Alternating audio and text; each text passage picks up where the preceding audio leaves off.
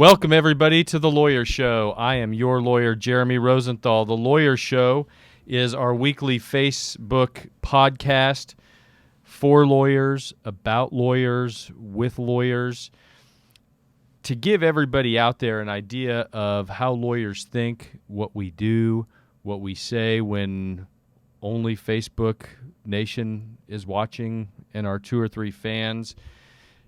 And what we want to do is we want to show everybody that you know what it's like essentially to be stripped of all your feelings, all of your humanity, and to show people that whatever you may think of lawyers, it's actually worse.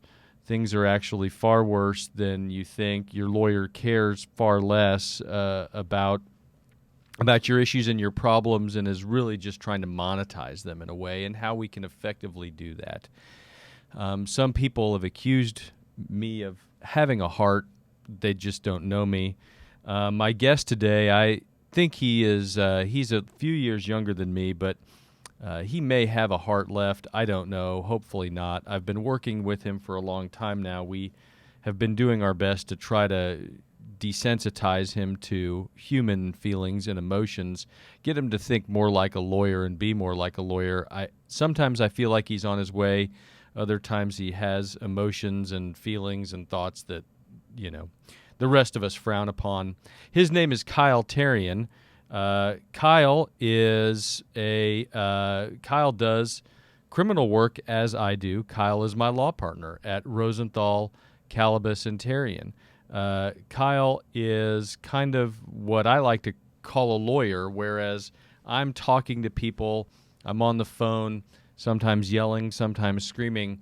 Kyle's reading things, and he's in the books. And Kyle, his main area of practice, he does anything and everything that the rest of the lawyers in our office does, including trying cases. But Kyle really heavily focuses on appeals. And so we're going to talk about, if we want to talk about heartless and soulless areas of the law, there's no better place to start than appeals. Kyle Therrian, introduce yourself to JP, Kathy, and the crew nation. Well, thank you, Jeremy. Thanks for having me. We can't hear you, Kyle. Speak up and grab the microphone. What a wonderful introduction. Thank you. I appreciate it. No mercy. Yeah, like Jeremy said, I've been working with Jeremy for 10 years. He's my law sensei. You can do better than that. Come on. He brought me up, and he is. He's my law sensei. That's what we'll leave it at. You're my law sensei. No, we agreed that this would be better. We agreed that this would be your compliments of me were to last at least 2 minutes. So go. You've got some time. You're handsome. I like your glasses. You have good ideas. Some of them. And Jeremy, you're fantastic. I'm lawyer. kidding. You're a fantastic. No, how much more time do we have? I don't know. Is it another minute and 20 seconds of him complimenting me? Okay, let's talk about Kyle Therrian, the human, first, and how you have molted to become this super bad ass appellate guru. Because people don't appreciate this, but Kyle is kind of a big deal. Kyle does his appellate practice is, I mean, you are the one who briefs all of the lawyers in the state. You send out an email on a weekly basis, bi-weekly basis? Monthly basis. Monthly basis. Shows how often I read it. It doesn't have enough pictures for me. And the font is too small. We've talked about this. I need at least 24-point font. You insist on this 14. Or 14 is the standard font that the Texas Rules of Appellate Procedure. I read about those once. Yes.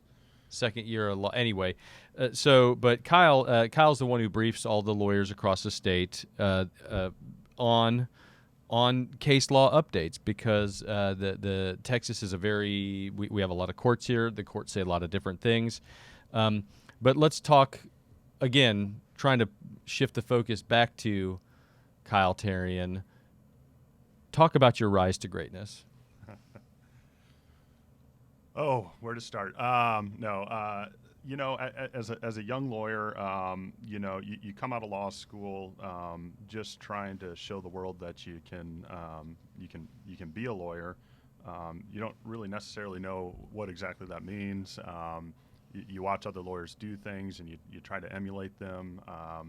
There's certain, especially as a criminal defense lawyer, a certain kind of a machismo. I got to go try cases. I've got to get in the courtroom, and I've got to, duke it out with the state of Texas and defend my client, in jury trials. And I partook in those, those exercises, and I certainly still do.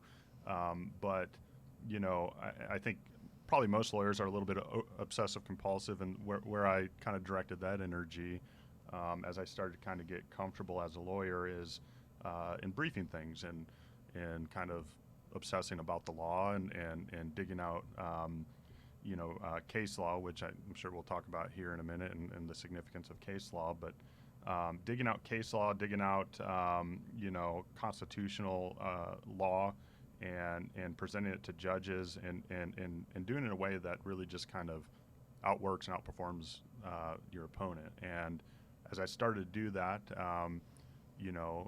people in the community, the legal community, start to kind of see that, maybe you're a little bit of a bookworm, maybe you kind of, dealt with the issue before, and over time, and as you kind of grow as a lawyer, you're kind of collaborating with lawyers in your office, or even just other lawyers in the courthouse, and I started to kind of like the element of being a resource for other people, being a resource for my colleagues, being a resource in our office, and I just kind of ran with that. And the natural kind of industry or the niche of just kind of being the bookworm lawyer is the appellate lawyer, is the guy or the girl who just kind of stays up to date on case law and is appealing decisions and just kind of knows kind of those nooks and crannies of the law, and to kind of relate that back to what we do at our firm. I think that provides a real good resource for clients, because as lawyers are their reputation, and they having the reputation, the courtroom with the judge as somebody who knows what they're talking about, maybe introducing some advocacy to the question, but certainly knows what they're talking about. You can go in there with some credibility and some actually be a resource for the judge as well to some extent. So that's where I've at least recently gravitated towards is appellate practice. Let's talk to let's talk to everybody and tell everybody because a lot of our viewers are not lawyers. The show is again billed as for anybody and everybody to watch. Particularly, I think a lot of non-lawyers kind of need to see the depravity of what it is we do on a daily basis. Tell them what a brief is, because that's a term that gets thrown around. It's obvious to you and me. It's not even the first day or week of law school where we talk about briefs or briefing, but I don't know that everybody at home knows what a brief is. What's a legal brief? So at least in the context of what we do as criminal lawyers, questions arise in the courtroom about whether your opponent can say a particular thing during trial about your client, whether they can use a certain witness, whether they can call your high school principal to say that you're always in trouble, or whether you can call your church pastor to say he's a holy person that has always helped out at the church, or whether the Constitution was violated in any particular way in the investigation of a case. Those issues are very nuanced. Our founding fathers, whether those be the U.S. Constitution or the Texas Constitution. I think the correct term is the framers. The framers, yes. The gender-neutral term would be framers. That's what I prefer to use. That's just me. Keep going. Yes. They provide us a document that is just it's limited, and then what we get is case law and opinions written by higher courts that explain kind of the nooks and crannies of how it should be implemented. So when we have an issue in court and we expect that the judge might not have kind of the depth of knowledge because of how much has been written about a particular topic, we do a brief. We write out a document that says, this is the issue that we expect to be dealing with in this case. This is our position on the law, and this is what the law says. Here's kind of the gray areas, what we think about how the gray areas apply, and we apply it to the facts of the particular case as we expect them to be. And then the judge has the benefit of having either read that in advance of any sort of arguments that are taking place in the courtroom, or reading it after arguments and delaying the ruling until he or she has had an opportunity to really just kind of delve in. So it's a lot of times issues can be decided on briefs. Sometimes the briefs point the judge where to start looking to kind of, drill down and make a decision on what type of evidence can be presented in a trial or a hearing. So there's a couple of points to kind of pick up there. Number one is there's a certain I've got a friend of mine who has a very good point, although I would never admit this to their face. That says, a lawyer friend who says that one of the biggest obstacles to justice is laziness. And I think he's absolutely correct when he says that one of the biggest obstacles is just laziness. Now, there's laziness, and there's lack of resources and inability. So you take your average trial judge, right? And so what you do is you have an issue in front of the court, and your brief is something that they can chew on. Your brief is something that they can look at, that they can read. It's a resource for them. Here is, Judge, we know you know the law. Sometimes, with varying degrees of success depending on what your judge you're in front of. But, Judge, here's the law, and here's the specifics of this case, and here's the specifics of where this fits. And it's unrealistic to think that a judge who has 2,000 cases on their docket at any given time is going to really be able to focus on your specific issue. So it's really a way to kind of to cut out some of that inability or lack of resources, and in some instances laziness of the system, if you will, to try to hammer down and to get to that really, really finite point. And I think that's something that you do with that's the way that you advocate, particularly when you're doing legal briefs, and particularly when you're kind of drilling down like that. Do you find it that way? And to what degree do you think it would help, for example, for judges to have clerking and briefing attorneys? That's not an issue that we've necessarily talked about, because in the office we talk about really important things. We talk about what type of Christmas treats people get for us and what's in the snack room, things like that. What's in the refrigerator? What are we going to order for lunch, and how long of a drive is that? But talk about that issue. Talk about that. What can you do to kind of put the judge's eyes on the ball, so to speak? So to speak to one of your first points, I've yet to meet personally a judge who I would consider lazy. I don't know if you've had a different experience. Certainly not here in Collin County, and we're blessed with some of the smartest legal minds to have. As you can tell, as everybody, first off, you're watching JP Cathy and the Crew Network. You can see JP Cathy and the Crew Monday, Wednesday, Friday from 7:30 to 9. You're watching The Lawyer Show. We're on between noon and 1. One of Kyle's massive and quite impressive talents is to flatter and to compliment, and it's always appreciated here. I'm sure the judges in Collin County who watch this, if in fact there are any, I'm sure that they recognize that. Okay, I've genuflected. Okay. To them, yes. Yes, thank you. What's the question? I'd have to. Can we get the court reporter to reread the question? What's the benefit to to the judge of briefing. Yeah. So what I used to tell clients, I still do from time to time. A doctor goes to med school and learns about the human body, and there aren't other doctors that are kind of higher up in the doctor food chain changing how the human body works every month or every year. So you can pretty much learn everything you need to know about the human body to be a doctor. Lawyers go to law school to think like a lawyer, to figure out where the answers are, and to learn how to kind of keep up to date on some of the big issues and just how to think like a lawyer, how to be a lawyer. And so the volume of case law, the volume of law that our legislature passed, I mean, it's you can't really 100% stay on top of 100% of what's out there. You can do your best, but judges are busy. Judges have, especially in district court, at least here in Collin County, our general jurisdiction. So they're doing family law, they're doing criminal law, they're doing civil lawsuits, and so what it does is really points them to the kind of the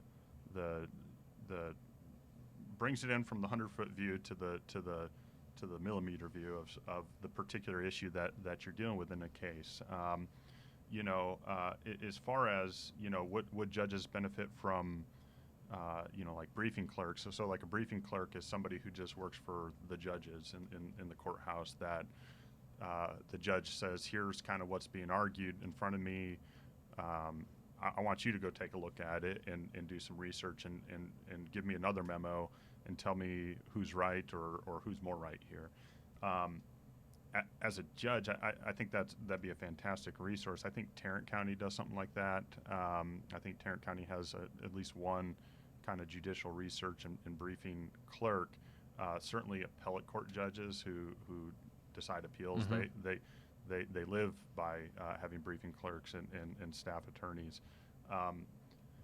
As an appellate attorney, and for federal courts too, if you look at the Supreme Court, I venture to guess that pretty much all of them in their background they've been a clerk for a judge. This is the track that they take. They're research attorneys first, and they're academics. In fact, that's one of the criticisms of some of your justices, is that not a lot of them see courtrooms. But anyway, go ahead. I cut you off. Yeah. I've never cut you off before, though. No. Not in the last whatever. Yeah, no. Well, thank you. No. Did you cut me off? I didn't even notice. Yeah, no, I think that's a valuable resource. What the system we have in place right now is we have someone we call the Amicus here in Collin County. Right. Amicus is a Greek word? Greek for... It's Latin. Latin for friend of the court. Amicus is also what you call if an organization is going to write a brief to the Supreme Court that's not a party to the lawsuit but might have kind of a stake or a particular viewpoint, that they'll write an amicus brief for the Supreme Court, or even our high courts here in Texas. And so we have there's a prosecutor who's not watching. He's definitely not watching. There's no chance. He's a smart person. Yes. He's watching something far more enlightening than this is. But yeah, he's the courthouse amicus.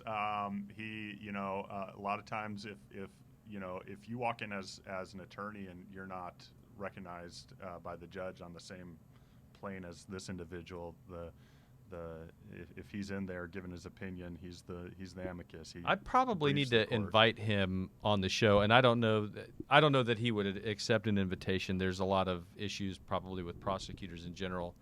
Would you guys talk about appeals?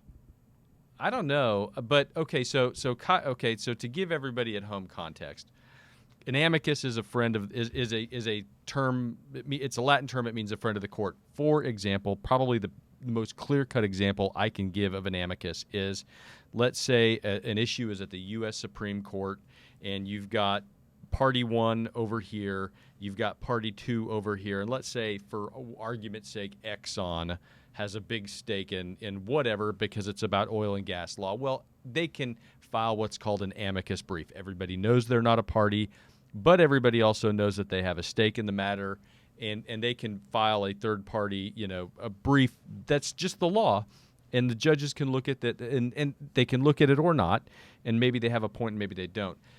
We use the term for the courthouse amicus jokingly because he's really not. He's a prosecutor, but to what we're kind of talking about here is it would be really nice for Collin County, for our judges, because they are overworked. And this is a resource question. I characterized it as laziness, and it's really not. In all sincerity, the vast majority of our judges are extremely hardworking, are extremely dedicated. They stand up for every lawyer in their courthouse, including us. But there's only so much that they can do. And when you walk in there with a white-hot issue that's really, really important to your client and you think may have statewide implications, it's really, really hard when that judge is just not familiar with the issue for reasons that you stated. There's just a million things for them to keep up with. There's one of the lawyers at the DA's office, at the Collin County DA's office, is an outstanding appellate lawyer, and he has a very, very great reputation that's well earned and deserved in the courthouse.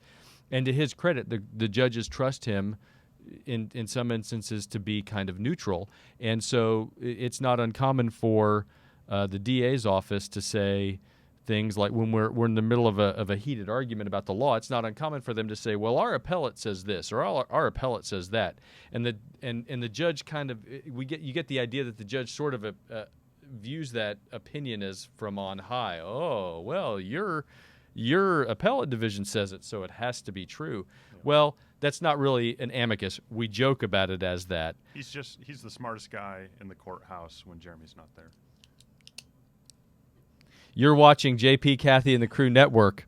You can watch JP, Kathy, and the Crew between 7:30 and 9 Monday, Wednesday, Friday. This is The Lawyer Show. We're on between 12 and 1 every Thursday. My guest today is Kyle Therrian, who's scoring massive points with me, as if that does anybody any good. And we're talking today about case law. We're talking about appeals. Tell JP, Kathy, and the Crew Nation what an appeal is. An appeal, you don't get to appeal unless you lose. I guess that's a good starting point. So appeal's not a great thing to be. You can cross appeal, but the state can. But anyway, go ahead. There I go, not cutting you off again. There you go. No, an appeal is, typically, and really appeals kind of break down into two categories in the criminal world. You got your writs of habeas corpus, and you've got your direct appeals. An appeal, direct appeal is, and I have an analogy for, also my sensei of analogies over here. I don't know if you. Is it sports related? Those make the best analogies. It is sports related. Okay, something went wrong. Something went wrong. You're convicted. You're on probation, or even worse, you're going to prison. And that result, in your belief, got reached through a misapplication of the law. Maybe that high school principal got to come testify about the thing you did that was terrible 25 years ago, and you think the jury really just kind of was laser focused on that instead of what you did. An appeal, a direct appeal, is usually predicated or is based on a. What does predicated mean in English? Yeah, predicate. It's based on. It's based on It's based on a ruling that the trial judge made that you disagree with that would have changed everything, right? So my analogy there in an appeal is basically we take it to the next higher court to look at the ruling, to hear arguments and consider the multitude of cases that have interpreted the issue, and decide whether the trial judge got the decision right or not, whether if the judge got it wrong, whether that made any difference in the outcome of the case. So that's a direct appeal. And then a habeas is basically a habeas is something went wrong kind of behind the scenes that the judge may not have been privy to, didn't make a ruling on, is just something that was kind of jacked up that happened that nobody really knew about, or maybe one side knew about, but it didn't really happen in the trial or the hearing. So my sports analogy, Jeremy, here we go. A direct appeal is whether the running back got across the goal line. We can plug that video in. We can watch it 16 different angles and see if the ball crossed that plane. A habeas is whether or not Tom Brady inflated the footballs in the locker room. Right? We can investigate that. We can see whether it happened. I'm with you. Okay. We can interview the guy who took the footballs from the locker room to the field. We can talk to all the parties involved, but those Fox cameras aren't going to capture the deflated football, the slightly deflated football that made so much of a difference. In the ballgame. So it's the difference between instant replay, right? Something that happens in the game, something that we can all see that happens, versus something that we have to develop more evidence of in the future to see if somebody cheated in the past. Right. And so a good way to think of it too is in court we have a court reporter, right? That court reporter is typing things down. They're writing things, and people file documents. They file things into the record, and what that develops is a bunch of paperwork that we can read, we can verify. We know who said what in the courtroom.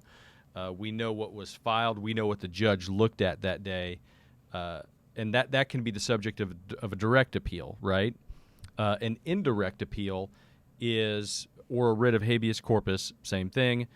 An indirect appeal is something that, 15 years ago we found out that this prosecutor hid evidence. 15 years ago we found out that we believed back then that burn patterns, for example, were valid science. Today the science has changed. It said something different, and now we have to go back and reevaluate. Right. Yeah, that's probably the most common scenarios on a habeas, a collateral attack on a conviction, is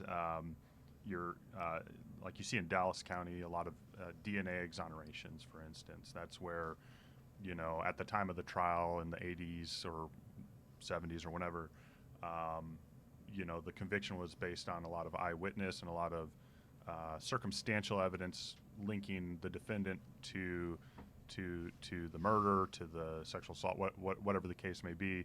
And that person's been sitting in prison for decades, and we're now to the point where DNA can do a lot of the crime solving, or really implicate another person sufficiently to say that person's actually innocent of this crime. We need to let them out, and we've actually gotten to a point in Texas where we compensate those people. Not nearly enough for spending decades in prison, but they oftentimes come out, with health insurance for the rest of their life and $1 million. So, not worth it by any means the what you give away to go to prison wrongfully, but certainly that's probably one of the most common scenarios that we see in writs of habeas corpus. The other probably being something that the prosecution did improper, hid evidence. It's probably the most common issue on what we call prosecutorial misconduct. We learned that evidence was hidden that could have made a difference for the defendant at trial. Another big tripwire is ineffective assistance of counsel, whereby basically I got bad legal advice from my own lawyer. My lawyer told me that if we did 1, 2, and 3, 4, this would all be fine. Or, for instance, and another one is failure to investigate a claim, right? Failure to investigate a case. As criminal defense lawyers, we have an ethical duty as well as a legal duty to zealously advocate for our clients, and that includes conducting our own, to some degree, independent investigation of whatever case we could be handling, which also strains the system because if you take the instance of a public defender, for example, and you take a public defender in Dallas County, just by way of, again, by way of example, who's got 300 cases on their table, including sexual assault, including aggravated assault with a deadly weapon, including robberies and things like that. It is very taxing on that person to try to do independent investigations on each one. Yet, if they're not done, the person could come back years later and say, I was denied my constitutional right to effective assistance of counsel. And in fact, those claims are probably more prevalent than claims of prosecutorial misconduct or hiding evidence or things like that. But again, we're talking about the difference between a direct appeal and an indirect appeal. And let's take folks through a scenario, okay? Let's say watching the lawyer show between 12 and 1 on the JP and Kathy and the Crew network. Let's say somebody has a loved one who just either pled guilty or lost a case, went to trial and lost a case.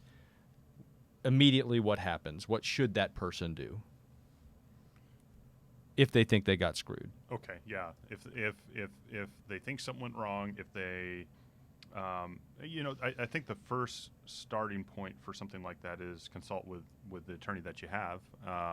That obviously doesn't solve the problem of the attorney that you had wasn't up to snuff. But if you went through a trial and the attorney should be consulting with the client about the arguments that you're making and the motions that you're making and the objections. And so I think a real good kind of sit down with your attorney and really ask what do I have to an appeal and who do you recommend?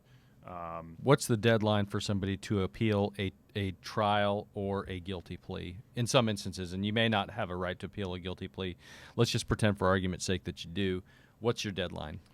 You've got 30 days from the date that judgment is pronounced in open court, unless you file what's called a motion for new trial, which is a kind of a quick fix to what went wrong, bringing to the attention of the trial judge, hey, this happened, this went wrong, let's address it. In that case, you have 75 days from the day judgment was pronounced to file your appeal, notice of appeal. It's a super easy thing to do to file the notice of appeal. It's just announcing to the world, I want my appeal. You file it with the court, and you've protected your right to have an appeal. Okay, and let's say somebody comes to you and says, I'm not happy with the trial result. What's the first thing that you do in their case? I do the football analogy. Okay. What's the second thing you do in the case? Yeah, the first thing I'm going to do, I'm going to call that lawyer and talk about the trial. What happened? What's screwed up here? How many days was it? Right? Because you a lot of times have to pay for that record, and that record, the cost is based on how many pages you got. And just kind of soak up as much information as I can from the lawyer, because really appeals are not. We want our clients to be happy, and we want our clients to be engaged in the process. And in the trial court and in litigation in the trial court, clients and attorneys almost work as a team to kind of to mount the defense. On appeal, it's we're almost working in a laboratory. We got the results, and we're going to pick them apart and figure that out. So really, if anybody's working as a team in that regard, it's the trial attorney and the appellate attorney to kind of feed information on this is what happened, either on that record, which you'll get to see, or what might have happened behind the scenes that informs maybe the need for habeas relief for the. So what you're looking at is when the person comes in, you're essentially asking, we need to see the game tape. And we know we can't see that game tape within the next 75 days because we're actually not talking about a game tape. We're talking about a record, right? And a lot of times there's additional evidence or additional arguments that need to be made or need to be preserved, right? Right, absolutely.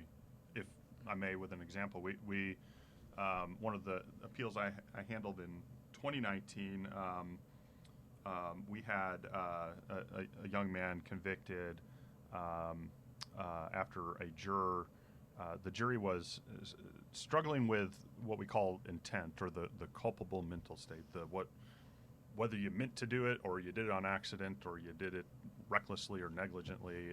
The jury was clearly struggling with intent. They had already found that the charged offense, that the defendant did it intentionally, was not proven beyond a reasonable doubt. So they were struggling between whether he did it recklessly or negligently, which is a very, very nuanced kind of, almost an unfair question to ask a jury, in my opinion. But they're struggling with that. And one of the jurors went home and printed about as much stuff as she possibly could find off of Google, and brought it back to the jury room, right? And I was appointed by the court to handle this appeal, and I luckily followed my usual procedure, contacted the lawyer and said, what went wrong here, if anything? And what I got was, boy, let me tell you about what the jury did. So one of the jurors let it slip, right? I forget. Well, yeah, in Collin County, the judges will let you go back and talk to any jurors interested in talking about the case afterwards. And so they went back there, and like URLs were written on the whiteboard. In the right. back. And a jury trial too. A jury trial, just so you know, I mean, the whole system of a jury trial is designed to give the 12 jurors or 6 jurors in a misdemeanor case as pure and sanitized a view as they possibly can. It is very controlled as the law that they see, the facts that they see, and everything in between. And so to have a juror, just in layman's terms, print out from the Google machine all of the laws, which who knows where in the God's green earth they got them, right? I mean, these could be Connecticut laws. These could be laws in the former Soviet Union or outer Slobovia. We have no clue. It would be like having a surgery and just pouring dirt on the wound, and just have somebody just getting a kitchen utensil out of the kitchen, and let's cut with this thing. The degree of infection is just so mind-boggling that it's crazy to me. But anyway, so that was your issue here. Keep going. So we file a motion for new trial, and you bring the jurors in, and you effectively make them regret that they were ever jurors. That's obviously it's something that the judicial system wants to try to avoid. The judicial system is very protective of jurors, but in this case, we had to kind of get to the bottom of, what'd you bring in there? How much did you talk about it? How could it have affected your decision? Typically, jury service, there's a privilege, and judges can't really get into deliberations.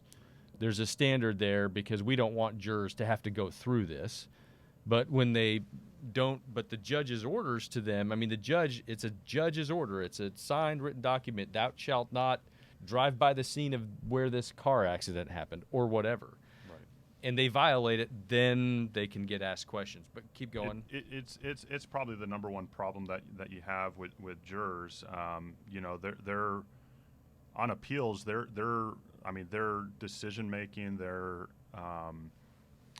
verdict is protected, near airtight. What they do in that room is private, but they do have certain rules of misconduct that the things they can't do, right? They can't flip a coin. They can't. And tell us about it. Yeah, they can't. You can't Google. At this point, judges include in the written instructions, no Facebooking, no Googling, no, just stay off the internet. I think there's some judges probably in more rural places that collect all the phones before they go back there. And so that's a big no-no. Judges even tell people not to talk to their spouse. Right. Yeah. So, I forget why I was using this as an example, but we were talking about a motion for new trial and developing an additional record. Right. So that's an issue that certainly, if we hadn't seen it, would be kind of more of a collateral thing. But during that new trial period, you can file that motion for new trial and try to quickly get all that in the evidence, and then hopefully the trial judge will look at it and make a ruling and avoid all the appeal and say, you know what, this is such a this is such a problem that I don't think that the community, that the public would have faith in the outcome of this trial because of what happened, and so we need to do it over again. Okay. And if not, that's on your record. Take it up on appeal. So you file your notice of appeal, you get the record of it, okay?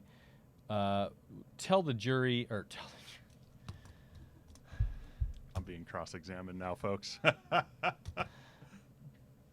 tell JP, Kathy, and the Crew Nation, our jury, tell them what an appellate brief is. An appellate brief is just, I mean, that's your body of work. Before Do you get a new? Is an appeal a new trial? No, right? You're not. Well, it depends. There's my lawyer answer. It depends. The appellate brief, you're taking the rulings of the trial judge, and you are kind of dissecting the law for the appellate court and arguing how the trial judge got it wrong, and when the trial judge got it wrong, this piece of evidence was brought in, or this, what the prosecutor said in closing statements was so egregious that it polluted the jury's verdict, or so you're looking at a specific issue that isn't about necessarily whether you done it, but how it might have influenced the jury in deciding whether you done it, with the limited exception of what we call insufficiency of the evidence, which is the bane of trial or of appellate attorneys' existence, trying to explain to clients, yes, we can argue about the facts of the case, but you need to understand that it's not a relitigation. It's not a, I think it should have gone this way, and the jury disagreed. With insufficiency of the evidence, and here's kind of, I'm going to do my best on the law. The appellate court looks at all the evidence that was presented through the lens most favorable to what the jury did. Mm-hmm. So if person A said X and person B said Z, and the defense did just a real bang-up job showing why, Z is just stupid to believe. Mm-hmm. Usually the appellate court is going to say, you know what, that's the jury's decision to decide between X and Z, and we're reviewing to see if at least some evidence in support of what we call the elements of the offense, the things that the prosecution has to prove, at least some evidence that is competent, that some reasonable person could have believed to be true, is supporting that jury's verdict. It's just very rare to have an appeals court to say, no, this jury just made the wrong choice here.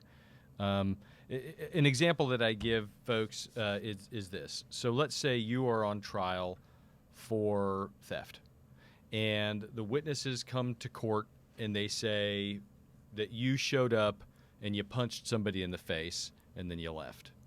Well, what really got proven up is assault, not theft, right?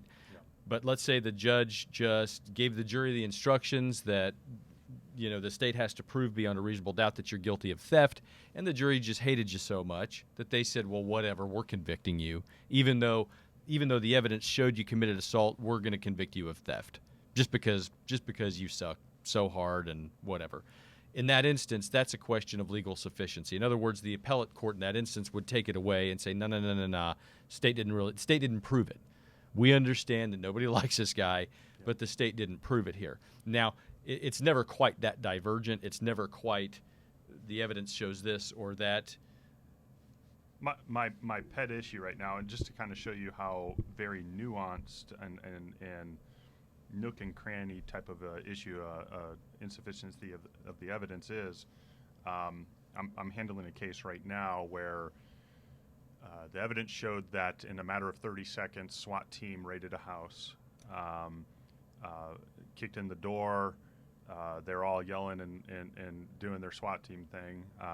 They broke out windows simultaneously with kicking in the front door. It's what we call a no-knock warrant, right? They don't have to knock and announce who they are.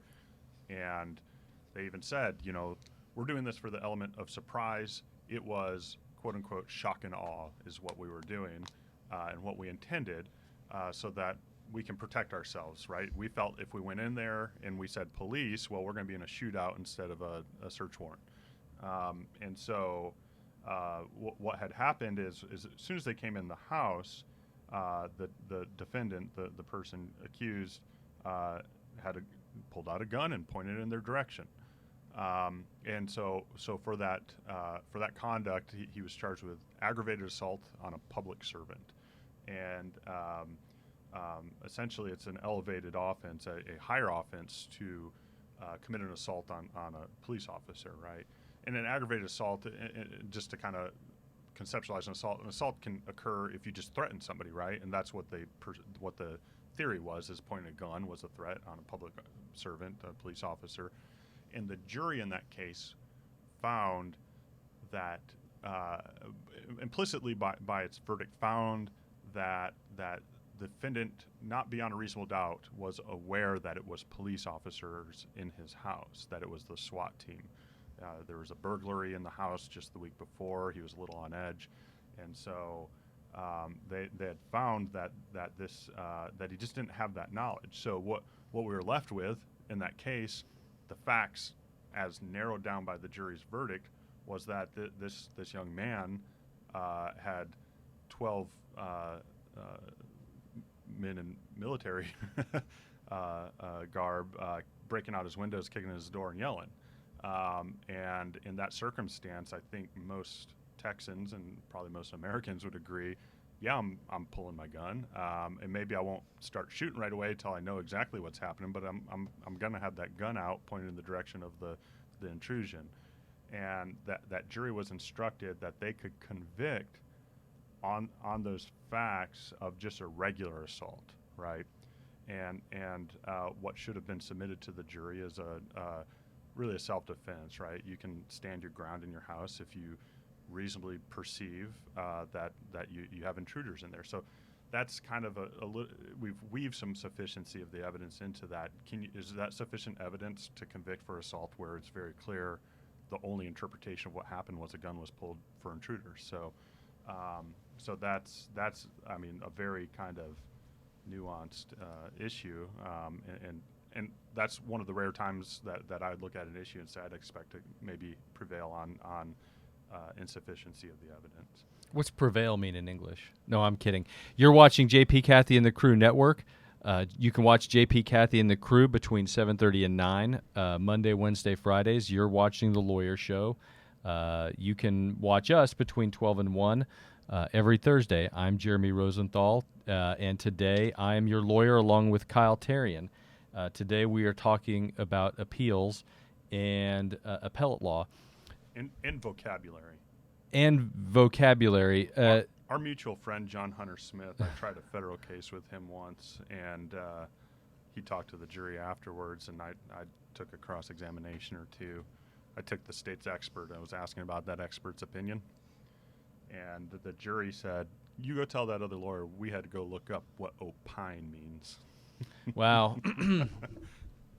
Yeah, that's one. So, in a quick story, because, as Kyle mentioned, I am, in fact, his sensei. I remember Kyle's very first, can I tell this story, the very first jury trial? If I say no. I don't know. Proceed. Yeah, you can proceed. So Kyle, as you can tell, is very smart.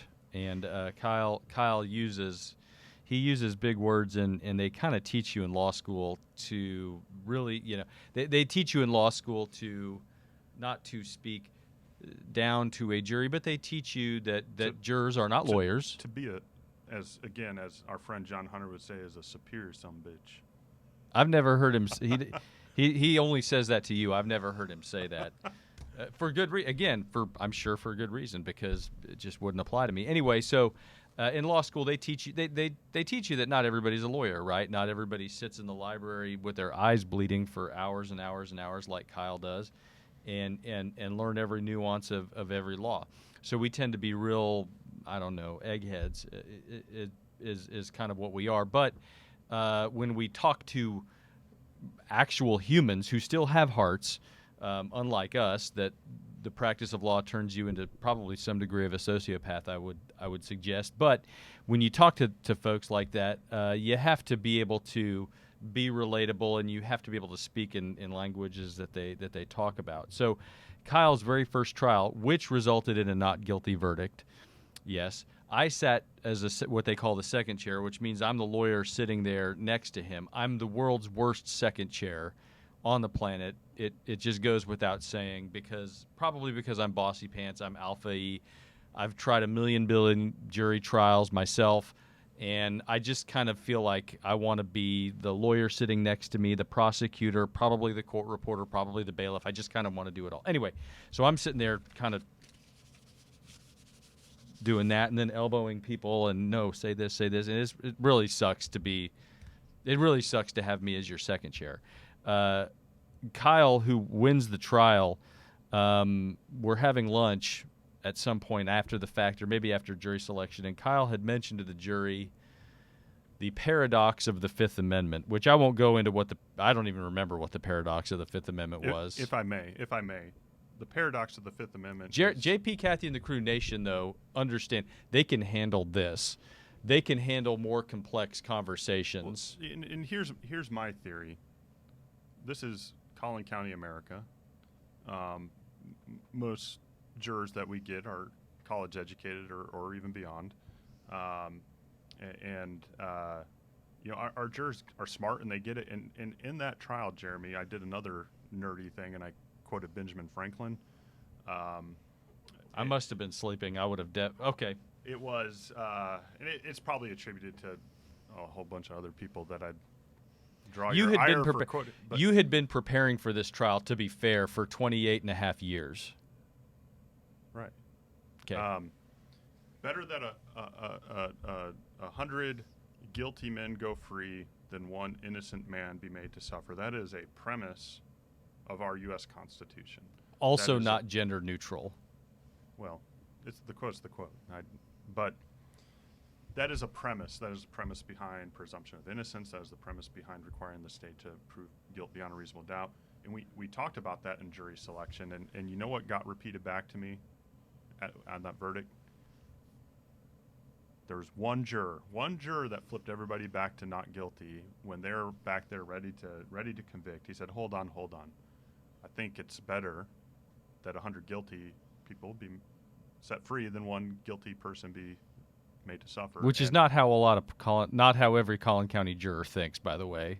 Well, if you talk about the paradox of the Fifth Amendment, they might. But what was the paradox of the Fifth Amendment again? I don't know.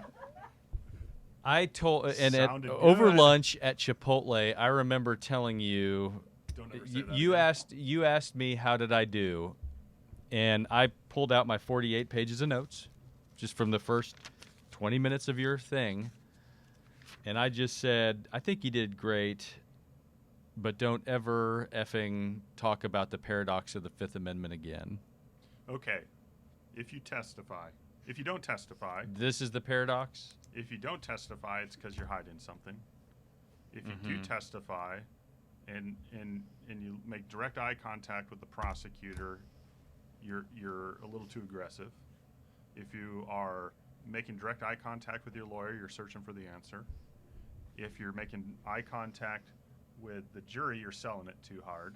If you look up, you're thinking too hard about it. If you look down, you're ashamed and you're not telling the truth.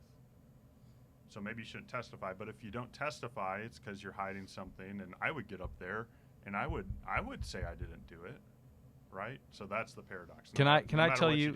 All right. So now we're gonna get into. I don't know about these are not war stories, but this is how I would do it. Can we? I'm sorry. Can we talk about you? I told Kyle today, leading up to the lawyer show, when we were talking about what we should talk about, I told him this show is all about him today. Kyle's smarter than that. He knows it's all about me. I just wasn't expecting him to say that out loud, but that's fine because this is all about me, right?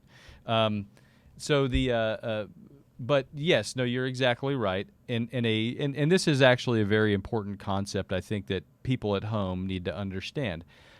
as to why we have the Fifth Amendment. And if I can elaborate for a moment, in my mind, the framers of the Constitution, every time you think about something that they have done, it's quite genius, really, in a lot of ways that we don't appreciate. The Fifth Amendment being a prime example of that, because the Fifth Amendment is what allows you to not testify or self-incriminate. Now, to give that context to a jury, what we say is, look, this is if I was gonna put you on trial in North Korea, in Iran, in some third world country, here's how I would do it. I would put you in a room. I would put a bright spotlight on your face. I would ask you things that I already believe, and then I would look at your face to see how you react. Okay? And at the end of it, I'm going to decide that you're guilty, because that's how I already feel inside. That's my feelings. In America, we focus on evidence, right? And to your point, Question. Why would the police arrest you if you're not guilty? Well, again, you are a Collin County resident, so I would expect a question like that from you. But what you ask a jury is, you have to phrase it correctly. Why would an innocent person not testify? And people kind of, scratch their heads. I'm not sure. And then I say, then you can ask a juror, well, how does an innocent person testify? What do they say? Well, what if they're crying, right? What if they look you in the eye? What if they don't look you in the eye? Just like you were saying, what if they look up? What if they look down? When was the last time, Mrs. Smith, Mr. Jones, that you waited 14 months to get a case to trial? That you stayed up every night of your life thinking about what you were going to say. And then what you get is the jurors disagree with one another on what somebody telling the truth looks like. There's actually a quote from Shakespeare, and see, now I'm going to turn into you and be a super egghead, right? I doth think he protests too much. She. Don't I agree to disagree? I don't remember. Was that Hamlet? Actually, I don't remember if it's he or she. This is your shtick. My thing. Okay, so anyway, the point being is that I doth think they protest too much. Basically, the harder you try to look innocent, the more you're going to look guilty. That's why we focus on evidence in America. Anybody have a problem with focusing evidence on loving America, right? And you'll get a few people in the audience that just, anything you're guilty. I'm being told I have to wrap it up. The Lawyer Show could go on forever. In fact, sometimes I wish it would. It should. I agree completely. There was a whole lot that we didn't cover, Kyle. We'll FaceTime. Yes, I would enjoy that. Your generation invented the internet and Facebook, I'm told. Thank you. Is your generation to blame for all the problems and all the... No? Anything else you want to tell JP, Kathy, and the Crew Nation? There was a lot that I wrote out an outline. I'll just say on the paradox of the Fifth Amendment, Jeremy is one of the best trial lawyers I've ever had the pleasure of watching try a case. This is true. It is true. I know that there's thousands of young lawyers watching the Lawyer Show. And my advice is you got to watch the pros do it, but you got to try it your way. Because juries look to sincerity and look to whether you believe in what's coming out of your mouth. So I'm an egghead. Paradox of the Fifth Amendment is what came out of my mouth, but I believed it. There you go, being right again. So and I probably just barely, but I won that one. So but yeah, and part of the reason Jeremy's so good is he does try cases his way, and so that's, for anybody who's listening that hasn't figured out their own way, figure it out, do it your way. You've got to be yourself because everybody else is taken. That's Will Rogers, I think. It's not Shakespeare. Anyway, that wraps it up for probably one of the more successful episodes of The Lawyer Show. We are going to be taking a Christmas holiday for the next 2 weeks, but we are going to be back aggressively, shamelessly, and in a far more depraved manner in 2021. Goodbye, everybody.